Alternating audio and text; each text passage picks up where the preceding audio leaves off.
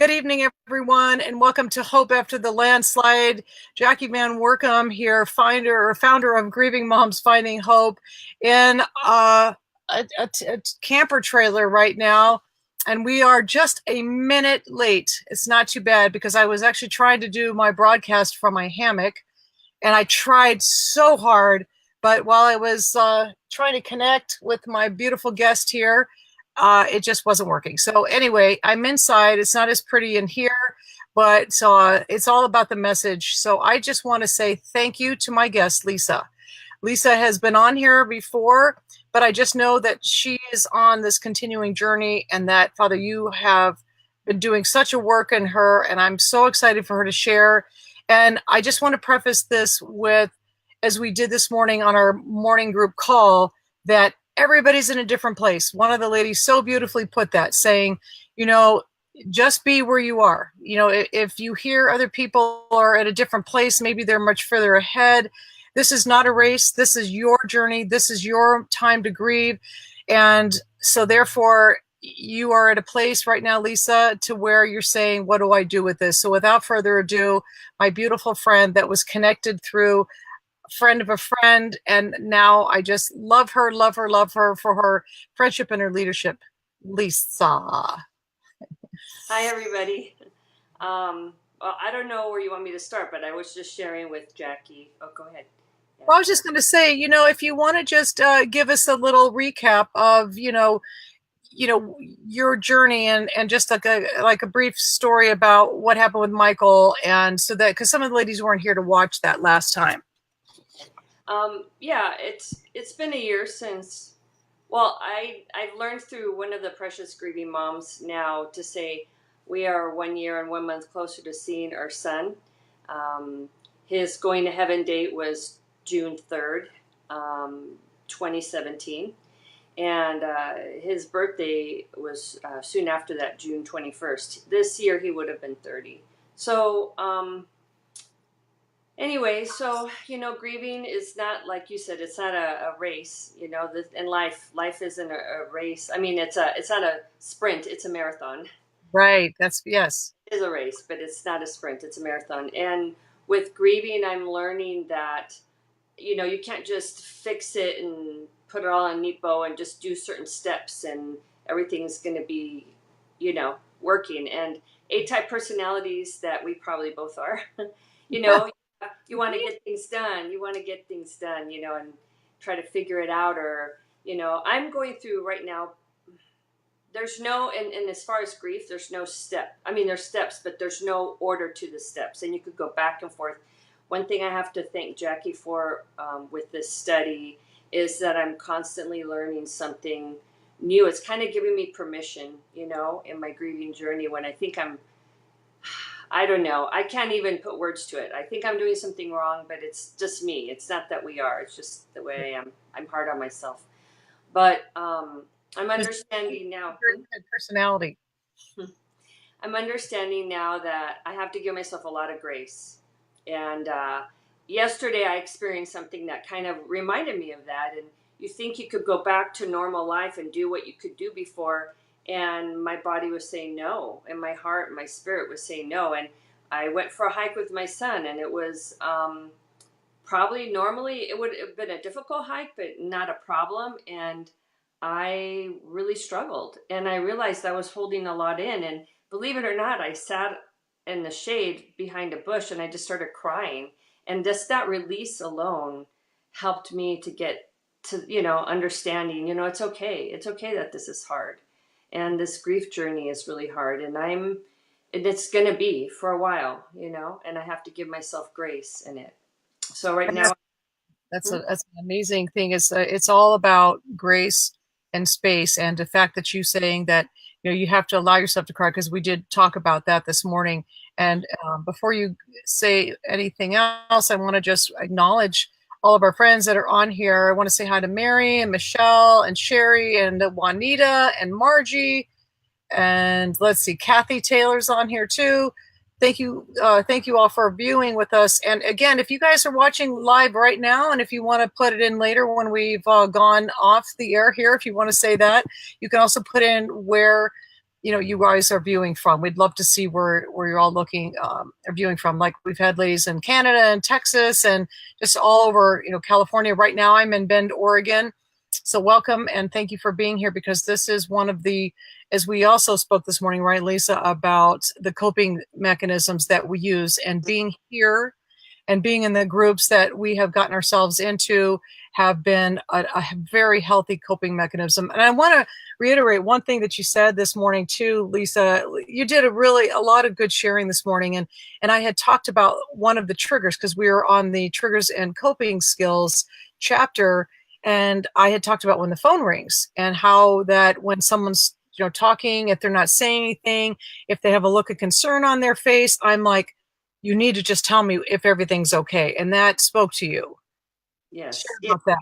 Yeah, that was really good because, and I was in the book, you talk about different triggers, and sometimes we're so focused on our own healing. And when you said that, it made me realize that happened to my husband. His trigger is a phone call and seeing me have a serious face. And, especially if I'm talking to my other son or daughter, he wants to know right away what's going on. And it made me sad because I get mad, I'm shush him, like, just let me hear, and now I'm realizing, oh my gosh, of course that's going to trigger him. And it reminded me that my son, my daughter, even my family, there's going to be other triggers. They experienced a loss too. And being very gentle with me and loving. And now I realize, I have to realize, not that I'm not gentle with them, but I'm realizing they have triggers as well. They're grieving and they need to heal too. Absolutely, absolutely. And that is a really good reminder. And ladies, that is really an important part, of these groups because as Lisa said, we are in the midst of our own grieving. And it's not that we're being selfish. I mean, we could potentially be frozen. We could be in that place to where we're in this bubble and we don't realize sometimes what's going on outside of our own heart, but yet all these things are happening around us. And then we can snap at one another and say, come on, I'm trying to listen to the phone call. And I have to say, I do that as well when I'm the person that's receiving that trigger to say, you just need to tell me what's going on the other end of the phone. And we had some of the moms even this morning, sharing about walking out. I know that Juanita was talking about she has this beautiful field that is outside of her home that she walks there and she sees God's creation in there and how the sun closes up the flowers as it continues to move across that field and just taking that time and me being in my little, well, like I said, I tried to do the broadcast from my hammock out there and that didn't work, but just taking that time to be in the present moment and not to reflect back every single day on the landslide. And Lisa, share about like you have gone through so many moves. Oh my goodness. And moving is probably one of the top 10 stressors that we can go through along with obviously grieving and move. So there's moving and there's divorce and there's losing a job and you've experienced this. Mm-hmm. Yeah, multiple times. I, there's been different kinds of grieving on top of what we experienced, and I'm still trying to, I have to just simplify it, and I just got to get in the Word. What is it that you're showing me, Lord? Because when push comes to shove, there's two things that matter. Now I have to simplify it because in fact, I just read this about not leaning on your own understanding and taking every thought captive, and that was in your study, and I just kind of reviewed it earlier today, and I can't put words to it. I can't figure it out. I just have to know that there's two things that matter. It's love God with all your heart, soul, and mind, and love others or your neighbor as yourself. And I realized that those are two things a lot of times we don't do. We're so focused on so many other things that we're not taking that time to be with the Lord, Yeah. to have an intimate, quiet, be still time with Him. And then the second part is very hard for a lot of us because I don't know about you other grieving moms, but I know that's part of the grief is thinking that I should have known the what ifs. Yes. Um, and having, like, I know that that's something I have to forget, I have to heal from, because when I talk about it, I could feel myself getting choked up. I could feel that, you know. that pain, almost carrying that responsibility. And you could tell people could tell me till the sun, till the cows come home, whatever that saying is. Don't, it's not your responsibility. Don't put that on yourself. But the fact is, I know what I'm feeling, you Yeah. know, so I have to work through it. I have to work through it. And so instead of trying to figure it out in my head, it's like, okay, let me focus on the two things that I'm supposed to focus on: loving God with all my heart, soul, and mind, and Mhm. what are His promises in the Word, And there's one that I just read um, in Psalms 23, and I don't remember what version that was in your book, but what version you used. But I loved how it said, "He makes me whole again, steering off steering me off the hard-worn paths to the roads where truth and righteousness echo His name." And I just know that it's not that I was on a wrong path; that He's just steering me on a new path, and that part of that path is moving. You know, yeah. Boy. Well, and you get to minimize like all of the stuff that you've collected over the years, and then you were also, I hate to say it, but forced into making decisions about letting go of Michael's things that maybe you really weren't ready to do that. But it's like I said this morning, we have to trust every single thing that happens in Mhm. the way that, I mean, even this morning when was it Luann was talking about like going back to her job, that she's been there for so long, and that it's one of those things that she feels it's time for a break. And she shared with the group this morning, and Lisa stepped in and said, my gosh, you're so seasoned after 30 years of being in a place, like maybe God is saying it's time to look for a place because you've got such good experience. And so, ladies, that's what we're talking about when we are getting on these groups together. God knew each and every one of those moms that He was going to assemble together today and on the other groups, to where what Lisa said to Luann is going to help, and what perhaps Peggy said, to Luana this morning could be something that was an audible voice from God. And that's how He works. And He's going to put those people, whether it's a search and rescue team, whatever happens to be in our lives, to help us, to carry us through. And some of the women have been through such horrific losses, more than one child, more like family members, like up to 5 family members, maybe that have committed suicide. And yet God is walking them through that. And I want to laugh because when you said until the cows come home, and ladies, that's not a scripture. That's just Lisa.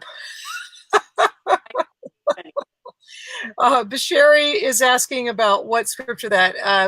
I think it's in Philippians, is what I'm going to say. Philippians 4 somewhere, but we can also list that at the end, right? Um, and Juanita, who's on our group, said simplicity, taking time to be with the Lord, key to getting myself going through today.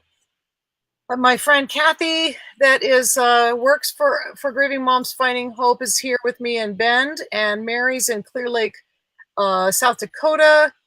Let's see. Of course, we have Michelle's, and also in one of our groups, Margie saying we feel disconnected from the world around us at times. And Michelle's also from Upland. Margie said, my landslide fell hard on me at work today. Uncontrollable tears, and I do not know what triggered it. It has been almost 8 months. Well, my gosh, it's 8 months. What do you have to say to that, Lisa, right? There's going to be the triggers are triggers. You don't know when they're going to hit you. And it's okay. You have to, again, with the grace, you have to give yourself permission. I was sharing a story with my son, and a long time ago, before I experienced my landslide, I was teaching in boot camp exercise class, and we were doing a relaxation at the end, and we tend to hold emotional pain in our body. And the great thing about this exercise class, or the relaxation at the end, I let them know, if you feel like crying, let it out because you're holding it in. Well, this woman started crying, and it turned out she was mourning the loss of her uncle, passed away 2 years earlier.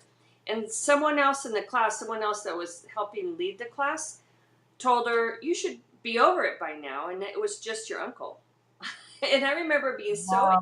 angry, thinking, no, who knows? Maybe she didn't really grieve it back when it happened. Maybe there was a special connect. I mean, it's not for us to judge that. So it's okay if you're going to have a trigger. It's okay. It's going to happen. It could be a smell. It could be someone was heating up a cookie in the microwave, and you never know what's going to trigger you. And you even talked about that here, in the book.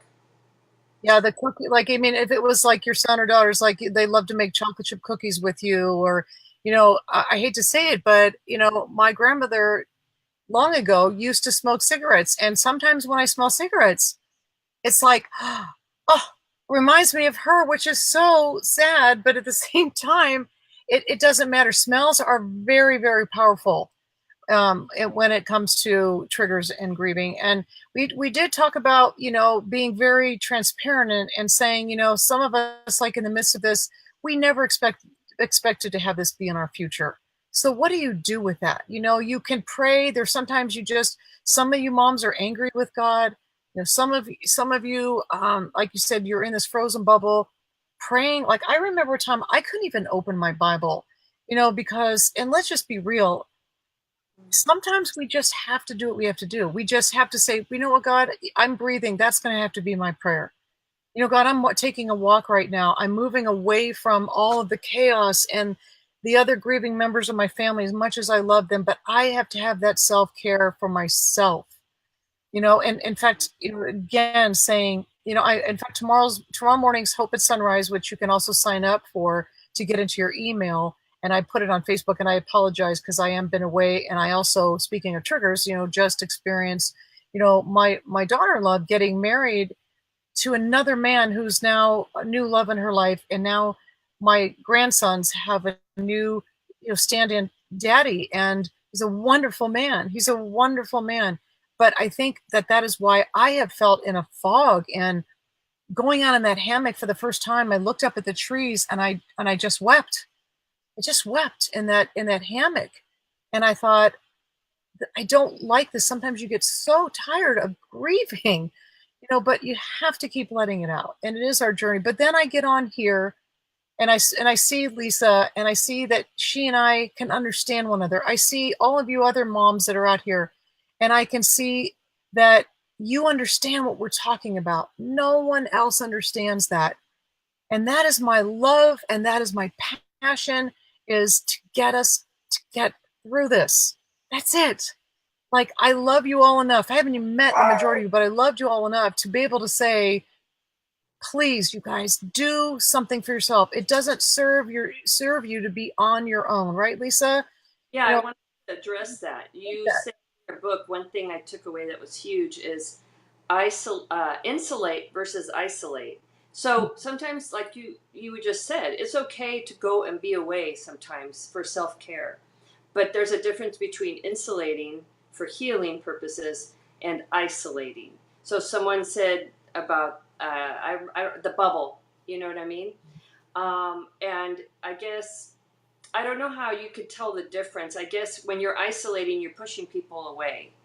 When you're insulating, you are taking time away for yourself. And maybe that helps describe it. But just like you went and you're with your other son in Oregon, but you're also taking time away for yourself. And I loved what you said about when you sat under the hammock. If you're flying over with the plane, you see these beautiful green trees. But when you're underneath, you see a bunch of branches and it's all interwoven and it Brown and yucky. can look messy, Yes, right?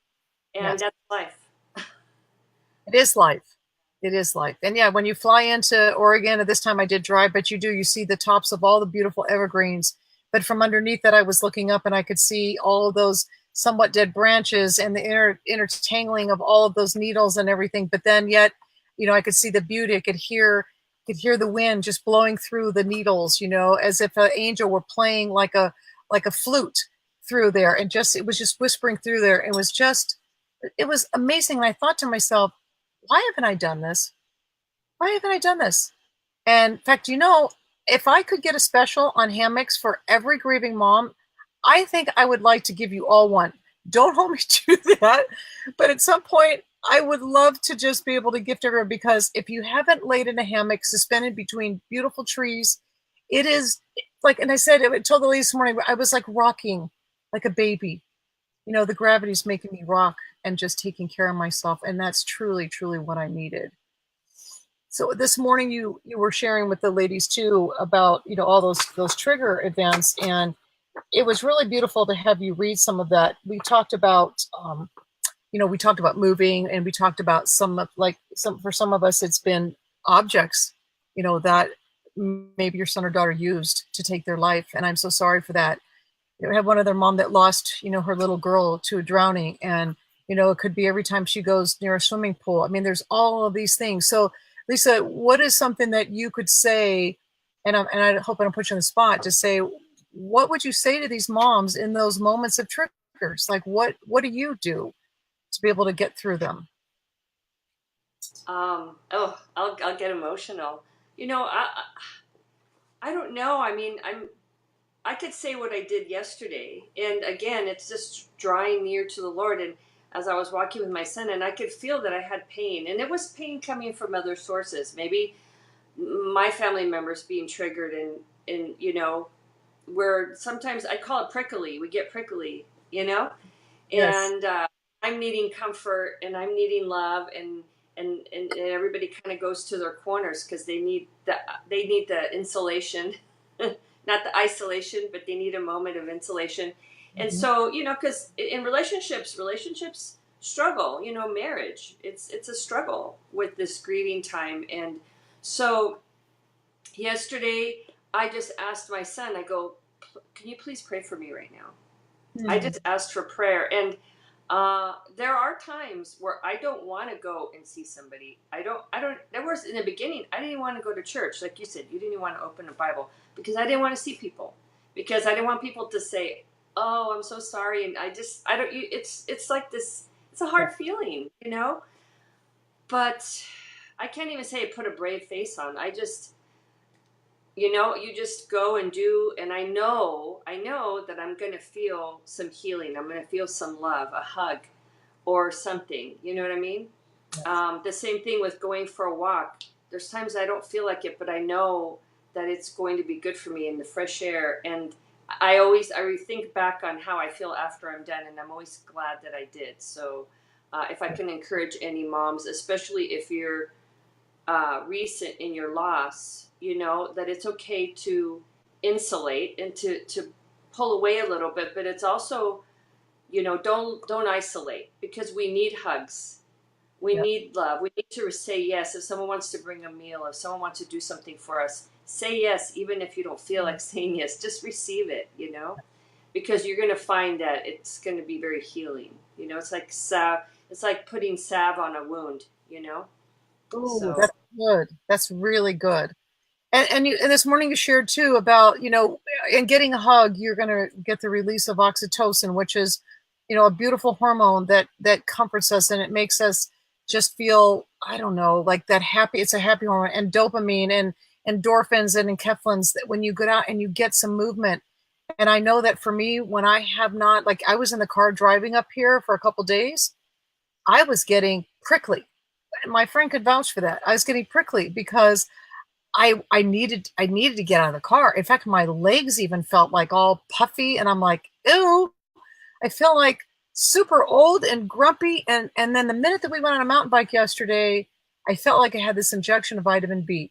So if you can physically, I know that Lisa does this too. She participates in things, maybe not as much as she did before, but to get out and sign up for, a 5K walk that supports a charity or something. And when you sign up, then you have this accountability, to be able to say, okay, I'm going to do this. I want to address that. Michelle said, having hope is having our perspective on eternity. It's the only thing that gets me through the triggers. Amen, Michelle. And then Juanita was talking to us this morning about celebrating her grandson's birthday, that she kept looking around for her son at the party. Oh, I remember her sharing that. And man, can we all relate, because she was saying how he loved to prepare, even the cake and what's going to be on it, and just ordering all that stuff. And Margie, I have to laugh because she said, I'm so clumsy I would fall out, referring to probably my hammock. And like I said, I could attest that. I thought every person in this campground could be probably eyes on watching me just do the cartoon flip back upside down. So I like that, Lisa. I like about, do you put on the brave face? Does your heart put on a Superman cape to where, you just suck it up? And, you know, I think we have a tendency to think every time we see someone that they're going to go, oh, here comes Jackie, here comes Lisa. They're going to let's go down the other grocery aisle because we're going to have to engage in something, and sometimes we can't just give them that hug because they're going to cry, and oh my goodness, what do we do with that? And we understand, right, Lisa? We understand all of that. Again, the only place to be able to feel safe to do that is honestly here.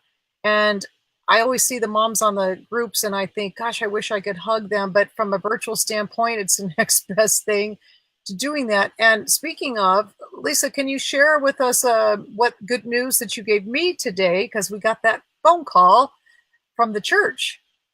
Oh, yes. Well, my pastor always said if you have a need and we don't have it, we don't offer it, then maybe God's putting it on your heart to step up and lead it or facilitate it. So I just moved back into town, and there's a grief share group at our church, which was taking a break for the summer, and they're getting ready to start up. And I went and showed him Jackie's book, The Pastor, Grieving Moms Finding Hope. And I shared with them that there seems to be a need. I kept running into grieving moms, and they like Grief Share, but it's not really meeting their specific needs. So I said I would love to see if we can start a grieving mom support group, and that I have this great resource available, and I'll be happy to facilitate it. And they looked it over. They looked at the book. They looked at your site, and it was huge. Yes, even the leaders of Grief Share were very excited about it, and they said yes, definitely there's a need. So July 20th, we meet on Friday mornings at 9:30 at the Highlands Christian Fellowship in Palmdale, California, and we'll be getting together. And really, it's about just helping us get through that next phase. And I wanted to address too sometimes there's going to be awkward moments and hard moments. But that's life.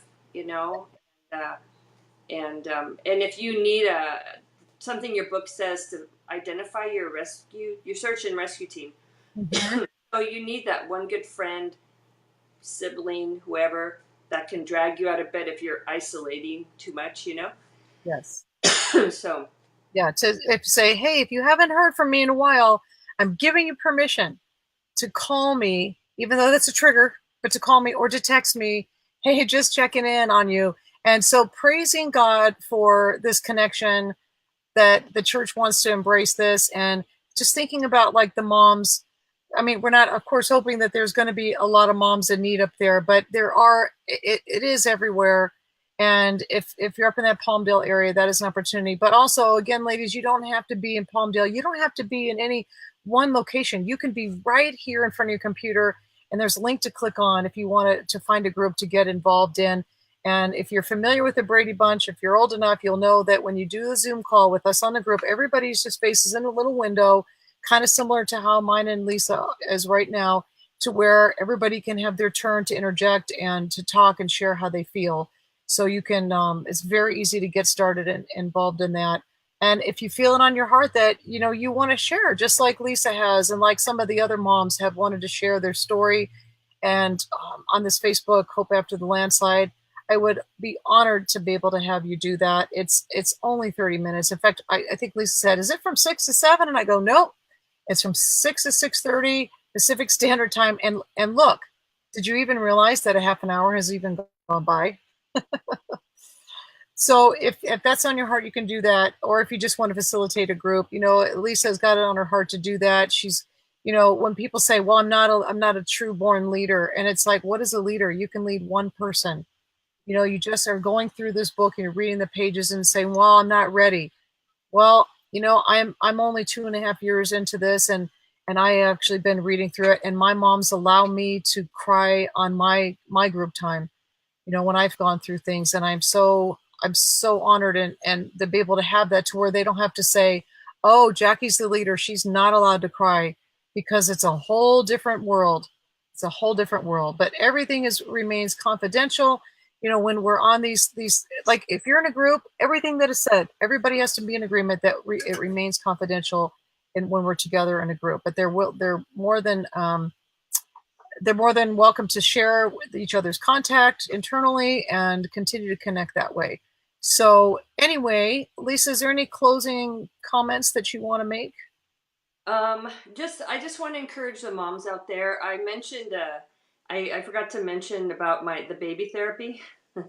You know, that there sometimes if God, if you're a person that sees someone else in need, that's another thing my pastor had shared with us.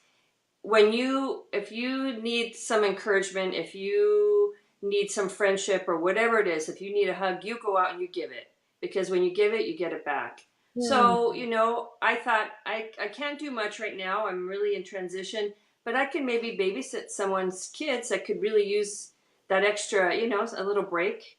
So I slowly started reaching out, and I found a couple moms that I want to bless and maybe just go spend time with their kids while, I don't know. I'm just, taking it a step at a time. If they go shopping or even just take a nap, Yeah. for the kids, whatever it is. So, I'm making that effort to put myself out there so I'm not isolating. And if I do something for someone else, in turn, it's just baby therapy, just holding a baby. Mhm. you Yeah. know, it's so healing. And so, just, I don't know. I just wanted to share that, or whatever the idea is. Even if you wanted to go walk your neighbor's dog, whatever it is that works for you, you know? And the hardest thing for you to do is, you know, if you're stuck in your bed, if you're stuck on the couch, if you are in a dark room, the hardest thing for you to do is to be able to stand up, walk outside, look up at the sky, and just say, God, what do I do with this? And it may be that you want to stand in and help a mom out, for a few hours, or, you can volunteer at so many different places. But like Lisa said, that's so beautiful, Lisa. When you give a hug, you're going to get it back immediately. And that's the key. I mean, it's not that it's so easy for me or Lisa, any of these other moms to be able to do what we're doing. You say, oh, that's easy for you. But no, it's not easy for us. We just are going to say, God, God's got this.